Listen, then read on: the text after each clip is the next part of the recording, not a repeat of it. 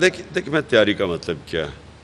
تیاری کا مطلب یہ ہوگا کہ اس باری ہمارے جو لوگ ہیں وہ گھروں میں نہیں پکڑے جائیں گے.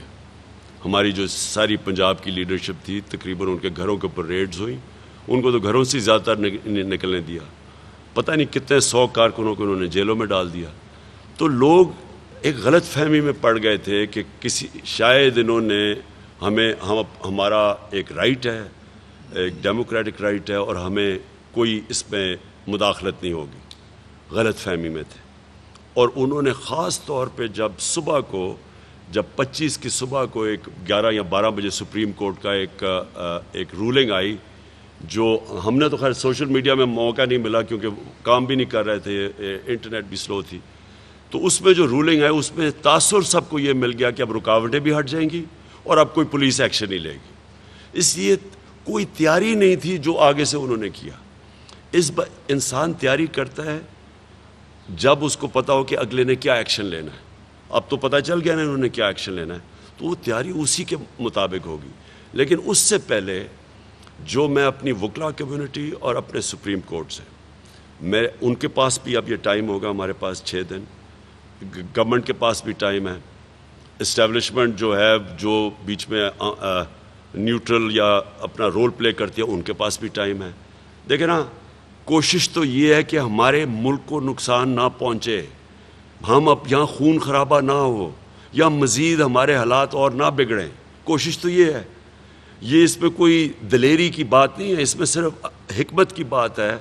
میں تو بلکہ لوگوں کو کہتا ہوں کہ یہ اصل میں ہم جو مسلمان ہیں، ہم وہ صلح حدیبیہ کا سوچتے ہیں، وہ ایک بڑی ایک حکمت کا تھا کہ سب نے کہا کہ نہیں جی آپ کو جانا چاہیے آگے. اور انہوں نے نبی صلی اللہ علیہ وسلم نے اس وقت ایک بڑی پکچر دیکھ کے فیصلہ کیا. انہوں نے کہا یہ تو چھوٹا مقصد زبردستی کریں گے تو اچیو کر دیں گے، لیکن بڑی پکچر ہے اس سے. اور وہ پھر وقت نے ثابت کیا. ہماری بڑی پکچر کیا کہ پاکستان میں امن رہے، پاکستان میں اداروں کے بیچ میں مزید نفرتیں نہ پیدا ہوں. پنجاب پولیس کی جو ان کا ایکشن لیا ہے اس سے مزید اور آگے نہ بڑھ جائے. اب اگر خون ہو جاتا ہے تو آپ کو خود پتہ ہے کہ اس کے پھر آپ کے بھی ہاتھ سے چیزیں نکل جاتی ہیں. تو اس کو روکنے کے لیے اور ٹائم دینے کے لیے ہم نے یہ 6 دن دیے. لیکن یہ اگر کسی کا خیال ہے، میں اپنا آپ کو کہہ سکتا ہوں کہ میں کبھی بھی ان مجرموں کی حکومت نہ یہ قبول کروں گا، نہ میں کوئی باہر سے ایک ڈکٹیٹڈ، ایک امپورٹڈ، ایک وہ حکومت جو کہ باہر کی غلامی کرے اور وہ ہمارے اوپر مزید حکومت کرے، ہم اس کو کسی صورت تسلیم نہیں کریں گے. تو جو اگلا لائم ہوگا انشاءاللہ 6 دن کے بعد آپ میں سامنے رکھوں گا. لیکن میں واضح کر دوں کہ کسی صورت ہم اس سیٹ اپ کو قبول نہیں کرتے.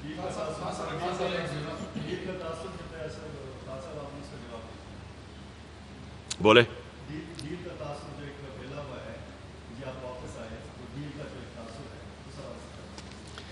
میں آپ کو پھر سے کہوں کہ ہم نے سارا وقت اپنے مذاکرات کھولے رکھے اور کھولے بھی رہنے چاہیے، کیونکہ ہم چاہتے کیا ہے، ہم کو یہاں لڑائی تو نہیں کرنے ہیں نا. ہم تو بیسک میرا آبجیکٹو کیا ہے، آبجیکٹو ہے الیکشنز، آبجیکٹوز ہے الیکشن اور جون میں الیکشنز، ڈیسولوشن ہے اسمبلی، الیکشنز. اس آبجیکٹو پہ ہم نے پہنچنا ہے.